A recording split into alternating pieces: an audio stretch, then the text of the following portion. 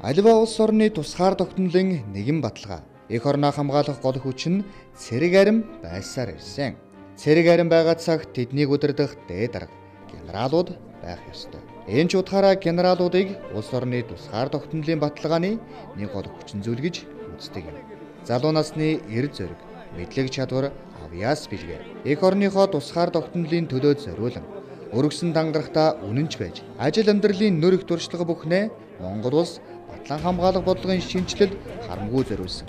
Үе үеийн генералуудын алдрыг дурсах нь бидний эрхэм үүрэг билээ. Ер нь бол генерал гэдэг чинь бас одоо төрийн цол, дэлхийн цол энэ утгаараа төр засгаас одоо хүлээлсэн итгэлийг дааж нэр төртөө одоо сайхан ажиллаарай гэж одоо хэлмээр юм. Намайг генерал болоход дасцуг дарга одоо Батлан хамгаалахын одоо хэд сайд байсан баха, тэргийн хэд сайд байлгүй. Тэгээд надад мөн энэ үгийг хэлж ирсэн. За генерал бол одоо өндөр цол шүү. Хариуцсан ажилда амжилт гаргаж одоо хүчээ зүтгэж яваарэ гэд надад захиж ирсэн хүн байгаа юм. Тэгээ би бол үеийн ч гэсэн одоо тэр удирдах даргийнхаа тэр сайдынхаа одоо итгэлийг алдаагүй бахаа гэж одоо хүртэл бодож явдаг л да. Генерал хэмээх хэрхэм цолыг Франц улсад 16-р зуунаас эхлэн хэрэглэж ирсэн байна. Орос улсад 1657 онд Петр хаан аримдаа хэрэглэж иржээ. Харин манай улс нь 1944 оны 4-р сарын 28-ны өдөр цэргийн дэд генерал цолыг урд найрамдах Монгол ард улсын ардын сайд нарын зөвлөлийн тогтоолоор батлан аримдаа нэвтрүүлэн 11 хүнд бүтээсэн байдаг. Өдгөө 73 жилийн түүхэнд Монгол улсад 180 алтан мөрдөст генерал цолтон төржээ.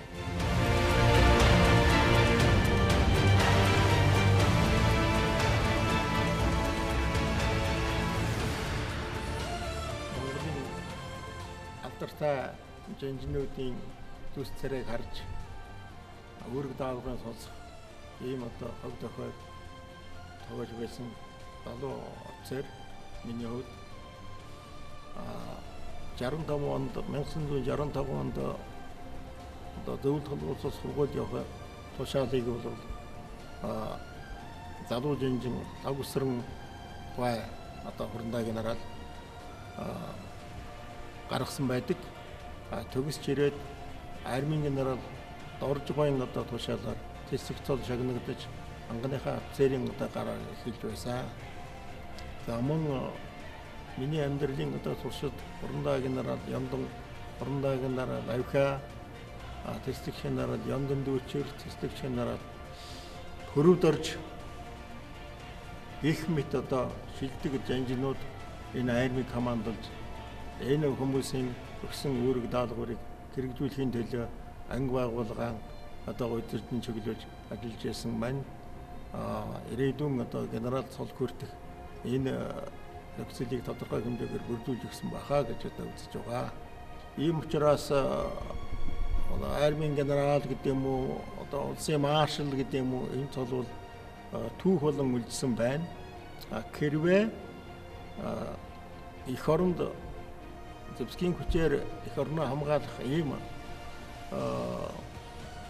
одоо тийм үе тохиолдвол армийн одоо генерал маршал гэдэг цол бол тодорхой хэмжээгээр ахад төрөөд гараад ирэх л одоо нөхцөлтэй байгаа гэж би боддог доо.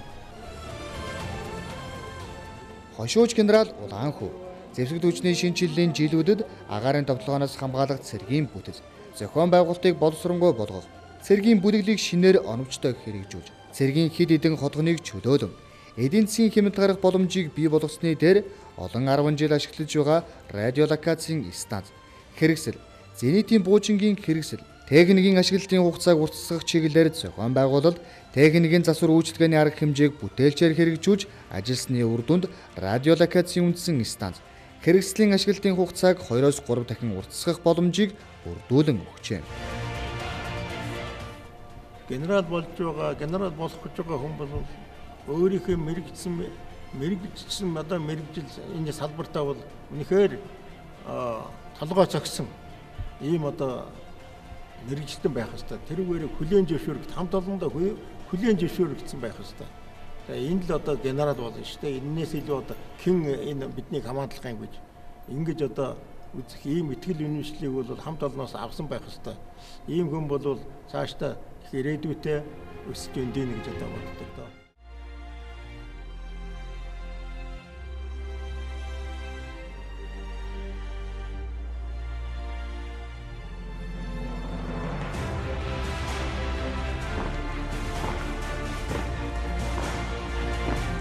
Мянган цэргийг олохгүй дор ялбаг. Нэг жанжныг олохгүй дор бэ. Чингис хаан. Бүх цэргийн хүн ялгаа авахгүй Монгол улсын төлөө зүтгэе гэдэг чтэй тийм ээ. Тийм учраас тэр үүрэг хариуцлагад улам яах нь вэ? Өндөрсөж гэнэ гэсэн үг. Зэрэг зяндаагаар одоо дээшээ ахиж байна гэдэг. Тэгэхээр энэ цолыг бол бас дааж явах бол бас их том хариуцлага л да. Ягаад гэвэл генерал цолтон одоо таарахгүй явах юм бол тэрийг дагаад нөгөө хариуцлага нь хаа байна гэдэг асуудал бол үндсэнд нь яригдэн штэ. Яригдэн. Тийм учраас энийг бол бас их эрхэмлэж үлгэр дуурайд үзүүлж тэгээд одоо энэ эх оронч залуучуудын эх оронч үзлэр хүмүүжүүлнэ гэдэг чинь бол бас л их одоо энэ үнд генерал цолтонгуудын оруулах хувь нэмэр их өндрөө гэдгийг харуулж байгаа харуулах ёстой. Генералыг бол яг ер нь бол байлдагчийн арманд генерал цол байдаг гэдэг тийм ээ. Генералын програм байдаг гэдэг. Би бас яг хил дээр аль хаажаасаа өөрөө хилийн цэрэгт өөр хилчин байлдагч байсан. Тэгэхдээ тэр үед бол бас генерал болчихно гэж бодоогүй л байсан л да. Тэгэхдээ харманд маань генерал цол байсан юм байна. Генералын програм байсан юм байна. Энэ тавилан бол бас нэр хүндтэй, хариуцлагатай, хажуугаар нь бас хариуцлага дагуулсан юм. Маш тийм мундаг идэлтэй. Ерөнхийдөө бол командлагч нар генерал болдог. Бас л тэрний нэгийг нэнд явж гэн гэдэгтэй бахархаж явдаг. Ер нь бол генерал цолны үн цэнийг тухай ярих юм бол хэд хэдэн шатны сургууль төгсөж байж сургуульд өөрийн мэргэжилдээ ажилдаа үнэлж болохоо харуулсан ийм хүнийг бол аяндаа тэр алба ажил нь бол тодруулаад хамт олон тодруулаад өгдөг. Тийм хүн бол одоо генерал болж байгаа. Тэгээд би одоо ийм одоо батар үнэмшилтэй байдаг. Ер нь генералыг төрүүлэхэд бол генералыг бүтээхэд бол төр бол их анхаардаг. Шат шатны сургууль явуулдаг. Төрлөөрийн одоо таагдаг гэрийн сургуулийн одоо эзэгтэй үеүүдэд бол тэр өдөр талбарт тушаал ажиллаулдаг. Ингэж байж энэ хүн бол дараачийн гүргийг дүүсгэх эзэгтэй үед эх орныг хамгаалах үйл хэрэгт бол үнэхээр зүтгэх. Хамт олноо аваад манлайлаа явуучих одоо хүн байж болох юмаа гэсэн ийм бат үнэмшилтэй учраас төрж байгаа учраас тэгээд айрын хамаанд үнэлж тэр зэвсэгтээ тодорхойлж генерал цолыг өгч байгаа л да.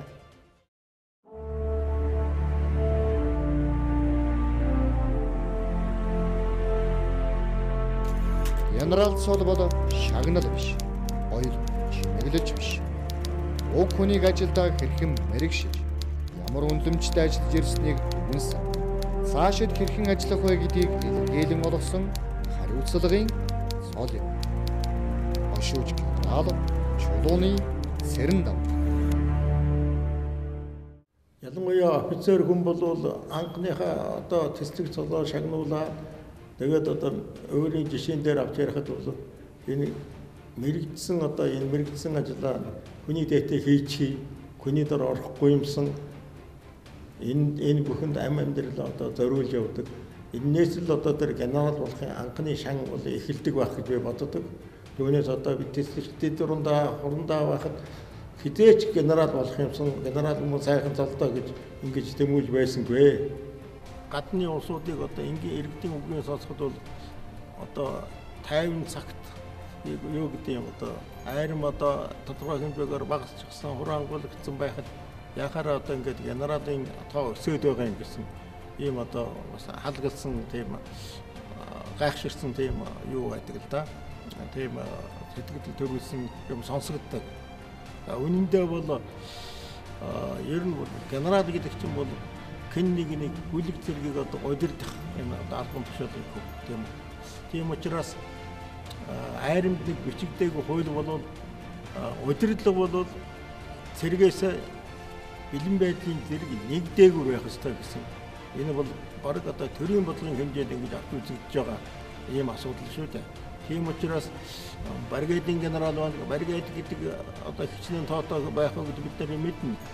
Гэхдээ баригдын генерал тэргүүлсэн тэр одоо штабын одоо удирдлага жигдэрэлт илүү байх тусам манайх шиг одоо хитурангуй бүрэлдэхүүнтэй армийг дэлгэн зохион байгуулахад үнэхээр тэр 50 цагт тэр генералын одоо бүлгийг бэлэн байлгаж сургаж дадлагдуулж байснараа бүх зэргийг одоо дэлгэн байгуулах тэр нөхцөлийг одоо хангах юм да. Тийм учраас генерал гэдэг зүйл цаашдаа ч өгдөн хамгийн гол нь өгдсөн тушаа албан тушаалд бол генерал бүтээлч хариуцлагатай ажиллах хэрэгтэй.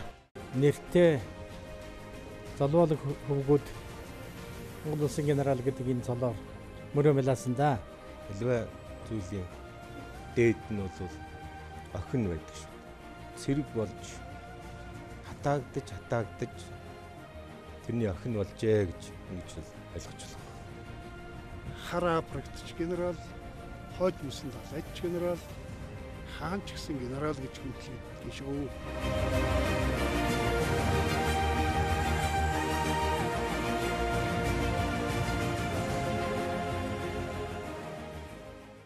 Бодог нугайхан бол хүндрэн.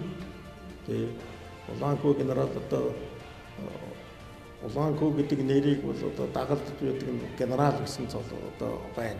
Түүнтэй нэгэн одоо шинэхэн болсон генералуудад ч гэсэн бодог нугайхан баярлж байгаа. Одоо алтаа, гавьлтаа гэдэг бол өчигдөр бидний одоо хүнд итгэл нутгийн зөвлөлийн одоо залуучууд хүлээж аваад сайхан байлаа. 15 генерал байгаа юм бол 9 минут тэрнээс 14-ний ирсэн сайхан байсан. Энэ бол ард түмнээс бидэнд одоо үзүүлж байгаа том хүнд итгэлийн юм да. Насаараа бид цэргийн албанд зүтгэж явна. Жинхэнэ цэрэг. Өөрийнхөө бүх амьдралыг энэ салбарт энэ үйл хэрэгт зориулсан цэрэг. Албан тушаалын одоо зэрэглэлийг үндэслэж төрөөс олгодог төрийн цол. Би 1996 оны 3 сард одоо генерал гэдэг эрхэм цолыг бүрдсэн. Улсын агарын төлөвлөлт хамгаалах цэргийн командлагч энэ одоо албан тушаалыг одоо эрхэлж байлаа. Нэгд зарлиг гарлаа гэдэг бол Батлан Хамгаалах Яамны сайд Жатанба одоо дуудаад ингээд цэргийн одоо эдийн үйлдвэрт үг өгчихсэн. Тэгээд тийш нь одоо намайг одоо илгээж байсан. Тэнд ястаа нэг өдөржин шөнжин байж тэр хувцсыг нэг мэрхэн тэр одоо үзэн шүү дээ. Тэгээд маргааш өглөө нь бол хувцас өмсөж одоо сайдтай илтгэл хийж байлаа. Юу тушаал гарлаа гэхэд манайх бэлэн байцтай сүчтэй.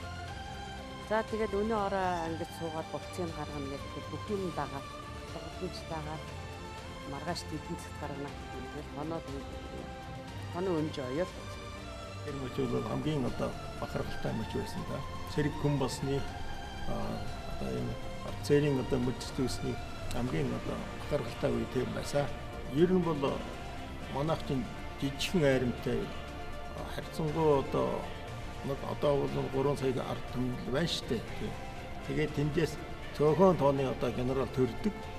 Генерал хүн бол нэгэнт жирийн байдлаас генерал болно гэдэг бол эх орны хамгаалах одоо үнэхээр одоо цуцшгүй, нацарчгүй одоо тийм дөрөгтөн байх ёстой. Тэр хэмжээгээр мэрэгсэн, сурсан байх ёстой л гэж бодож байгаа даа. Эрхэмлэж яваараа хэмээн машид итгэн эрхчлөө тусгаар тогтнолыг та нарт үлдээв. Маршал горлогийн чагалсан.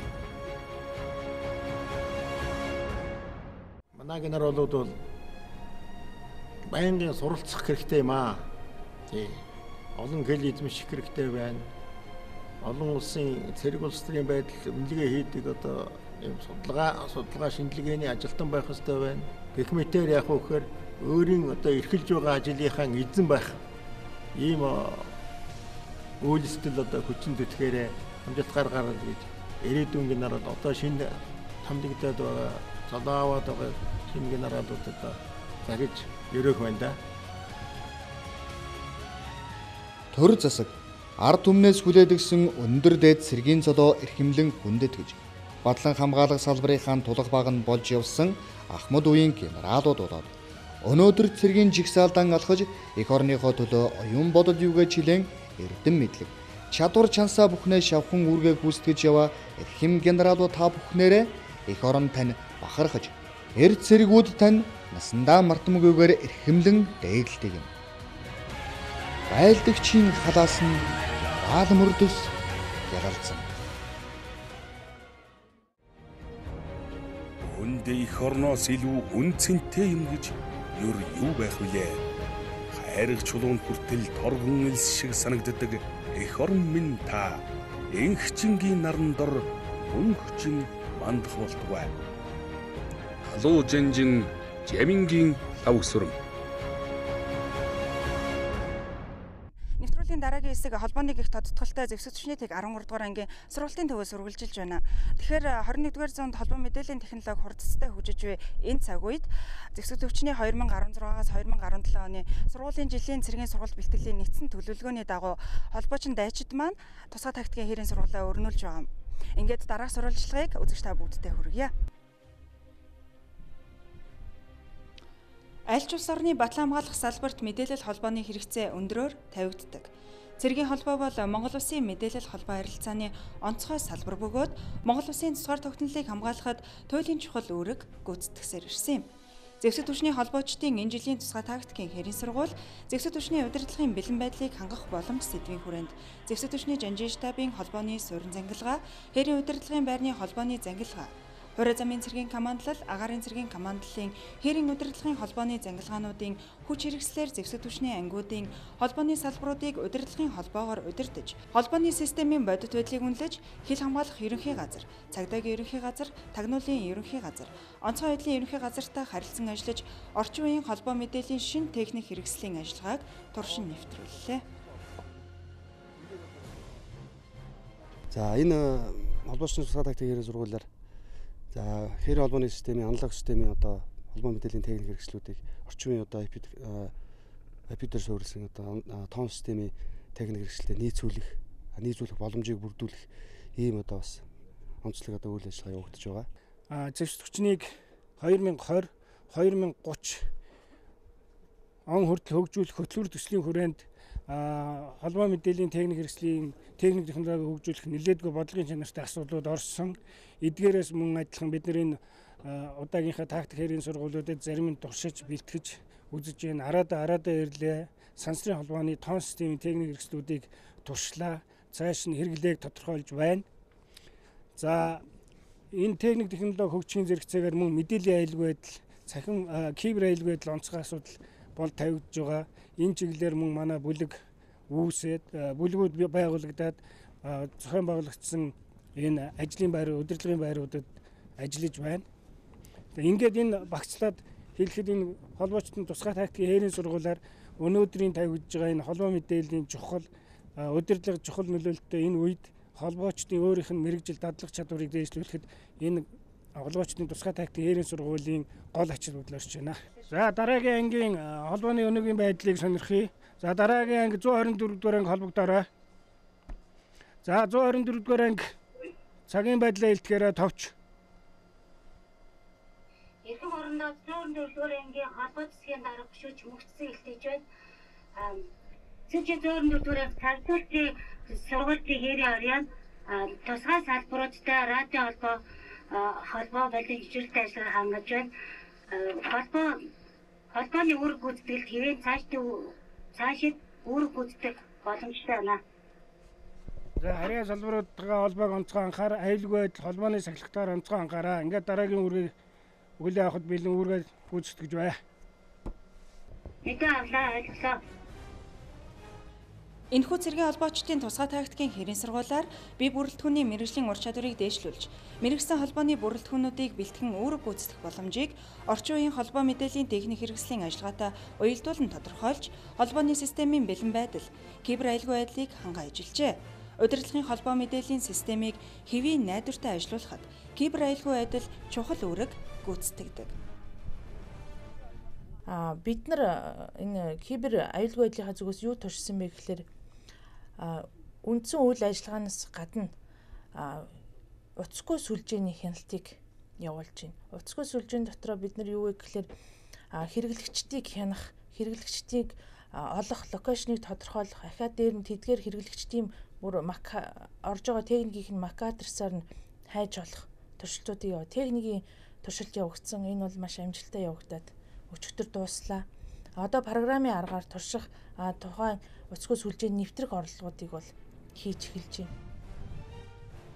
Энэ удаагийн хээрийн сургуулиар холбоочин дайчид маань долгио 2 төслийн хүрээнд хээрийн хөдөлгөөнд сансрын холбооны төхөөрөмж, Америкийн нэгдсэн улсын Харрис корпорацид үйлдвэрлэсэн өндөр чадлын бага оврын радио станцыг ашиглан хээрийн хөдөлгөөнд зангилгаан газар орны ямар ч нөхцөлд интернет, дотоод сүлжээ, өвөгдлийн холбоог үүсгэн хээрийн байрлалаас видео хурал хийх, IP төвтэй сүлжээ байгуулах боломжийг бүрдүүлснээрээ онцлогийг агуулжээ. Энэ удаагийнх бол шинээр тоногсон сансрын станц нэгдүгээрт туршиж байна. Бүх хүчин чадлаар нь ажиллуулж 100% ажиллуулж байна. Энэ нь юугаар 100% ажиллуулж байна гэхээр сансрын станц маань өөрийнхөө хүрээнд интернет орчин дотоод түнэлээр IP телефон, дотоод сүлжээ, интернет Wi-Fi засаж энэ бүх гурван үйлдэлийг бүгднийг 100% ашиглаж үйлчлүүлэгч маань хэрэглэгч маань эднэрийг 100% ашиглаад хүчин чадлын шалгаж нэгмсэн энэнд яг туршилтын үйл ажиллагаа бол бүрийн хэмжээг нь хийж байна гэж ойлгож байна. Анх бол 1987 онд 2 дахь жилийн цэрэг байхдаа станц хариуцаж гарч одоо үүрэг гүйцэтгэж эхэлсэн. Тэрнээс хойш одоо өөрийнхөө мэргэжлийг одоо 32 дахь жилдээр үүргээ гүйцэтгээд өнөөдөр холбоочтойхоо хээрийн сургууль дадлагаа хийгээд байж байна. Нэг номерт одоо холбоогоор бэлэн болгож одоо бусад зэрэглэлүүдээс дээгүүр шаардлагатай холбоо бол үнэн зөв, шуурхай, төргөн найдвартай байх хэвээр. Ингэжээж бид одоо үүргээ амжилттай гүйцэтгэх нэ. Манай одоо ингийн офицер ахлагч хугацаа цэргийн албаагчд маань одоо орчин үеийн одоо дэвшилт техник технологиг судлах, тэдгээрийг одоо тэдгээр дээр ажиллах дадлаг чадвараа нэмэгдүүлэх, тэгээ мэрэгсэн одоо холбооны мэрэгчлэлтэн болох, мөн одоо холбооны бага мэрэгчлэлтнийг сурах юм үйл ажиллагаа явуулж байна. Энэ бол одоо бас үр дүнтэй одоо хээрийн сургууль явуулж байна гэж бодож байна. Цэргийн холбоо бол дайны цагт байлдааны бэлтгэлийн тэргүүн хариуцлагыг хүлээдэг хариуцлагатай алба. Улс орныг Батлан Хамгаалах стратегийн болон Зэвсэгт түвшний тактикийн удирдлагын мэдээлэл холбооны техник технологийн хөгжлийн асуудал дэлхийн олон орны Батлан Хамгаалах бодлогод нэн чухал байр суурь эзэлдэг. Иймийн учир цэргийг тасралтгүй шуурхай үр дүнтэй удирдахын тулд удирдлагын тогтолцооны нэг бүрэлдэхүүн хэсэг болсон холбоо мэдээллийн техник улам бүр боловсронгуй олж байгаа өнөөгийн нөхцөлд тэдгээрийг зэвсэглэлд шуурхай нэвтрүүлэх, цэрэг зэвсгийн удирдлагын өргөөжийг дэвшлүүлэхэд Зэвсэгт түвшний холбоочдын гүйцэтгэж өөрөг нүр их. Энхийн цагт Зэвсэгт түвшний холбоочин дайчид маань мэдээллийн 90 ялангуяа холбоо мэдээллийн салбарт эрс шинжилэлт гарч буй энэ цаг үед мэрэгсэн бүрэлдэхүүнүүдийг бэлтгэх, эрдэм шинжилгээ судалгааны ажлыг эрчимжүүлэн инновацийг нэвтрүүлэхээр ажиллаж байна.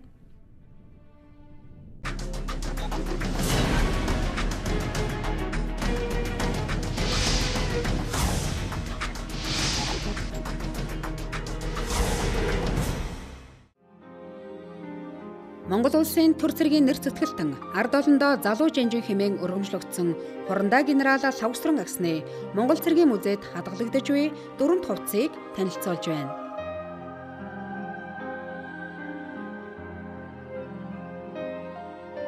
Хурандаа генерал Лавсрангийн өмсөж байсан мөндөр буюу дөрвөн хувцсны загварыг 1944 оны 4-р сарын 18-ны өдрийн Улсын баг хурлын тэргүүлэгчдийн 22-р тогтоолоор баталсан бөгөөд 1944-өөс 1952 онуудад дэслэгч генерал цолтой байхдаа өмсөж байжээ. Бор ногоо өнгийн диагонал даавн гадартай, хар саарл сатин дотортой, ханцуй тус бүрдээ 5 хошуу, ханцуйн чимэглэлтэй. Ханцуйн чимэглэл нь 6.6 см-ийн өргөнтэй. Дэслэгч генералын ёслолын хос мөрдөстэй. Мөрцийг улаан одончуугаар хийж өнгөн дээд хэсгийг алтан саан утсаар битүү чимэглэн хийсэн байна. 1940 оны сүлд бүхий алтан шаргал товчтой. 1995 онд Монгол цэргийн музей ашиглалтанд орсон үеэс өнөө хүртэл үзүүлэлгийн шин түүхийн танхимдаа дэглэн тавьж үзэгч олны хүртэл болгон сурталчилж иржээ. Цэргийн гарамгай жанжин хурандаа генерал Лавгсран энэ дөрөв хувцсыг өмсөж байсан нь дахин давтагдашгүй ховор үзмрийн тоонд зүй ёсороо ордог байна.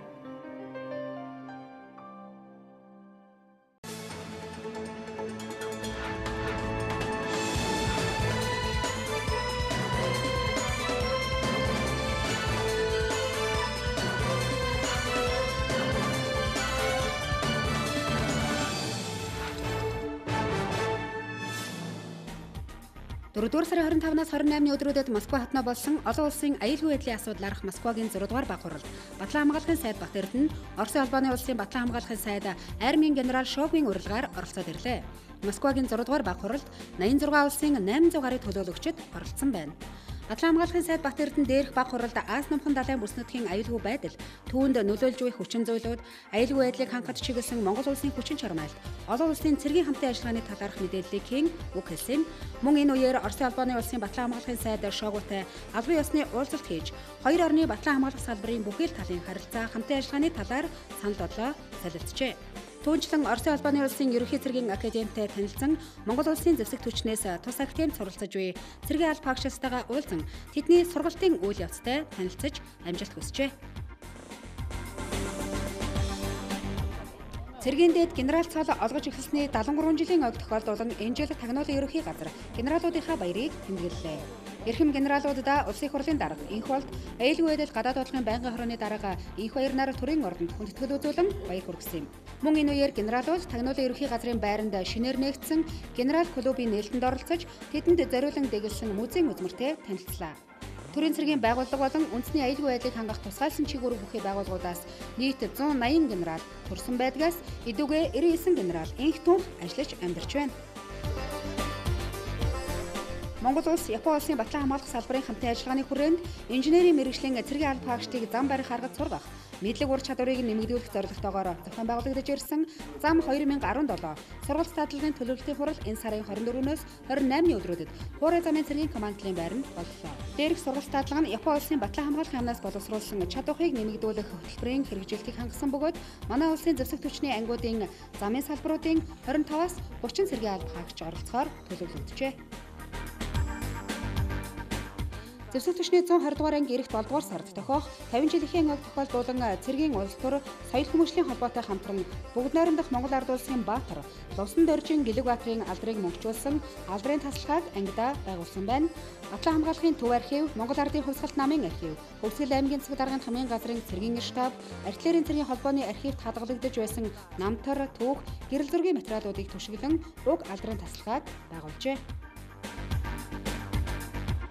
Баян зүрх дүүргийн цэг даргын хамын газар цэргийн штабаас мэдээллийн аюулгүй байдал уулзалт хэлэлцүүлгийг зохион байгууллаа. Уг арга хэмжээнд Зэвсэгт хүчний жанжин штаб, үндэсний Батлан хамгаалахын их сургуулийн мэргэжилтнүүд хамтран оролцсон байна. Энэ үеэр мэдээллийн аюулгүй байдлыг хэрхэн хангах, цахим мэдээллийн хадгалалт хамгаалалт, нийгмийн сүлжээний аюулгүй байдал зэрэг хэд хэдэн асуудлыг хэлэлцлээ.